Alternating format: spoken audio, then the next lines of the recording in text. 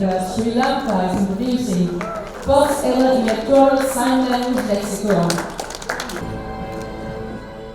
The Election Commission to Sri Lanka, in partnership with the Sri Lanka Central Federation of the Deaf, the International Foundation for Electoral Systems, through the United States Agency for International Development, also known as USAID, announced the launch of Sri Lanka's first ever Electoral Sign Language Lexicon yesterday, marking a significant step towards ensuring inclusive and accessible elections for deaf and hard-of-hearing citizens.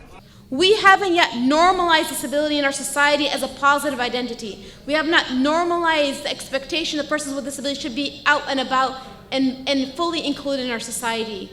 Accessibility is still seen as an add-on. I'm going to say this again. Accessibility is still seen as an add-on, as costly, as different, as a burden. But accessibility actually benefits everyone. Accessibility creates more ways of us navigating this world.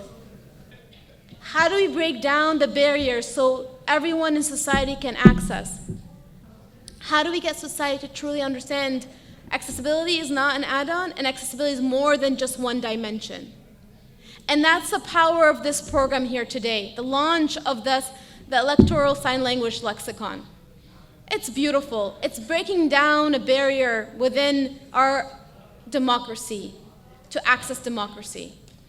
We're not creating the voices, we have our voices, but we're creating a space for these voices to be brought forward and included. Because you know what?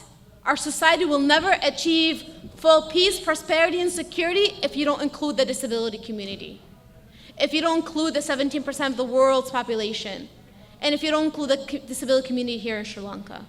This year is an important year for many countries, both the US and Sri Lanka, because we have important elections coming up.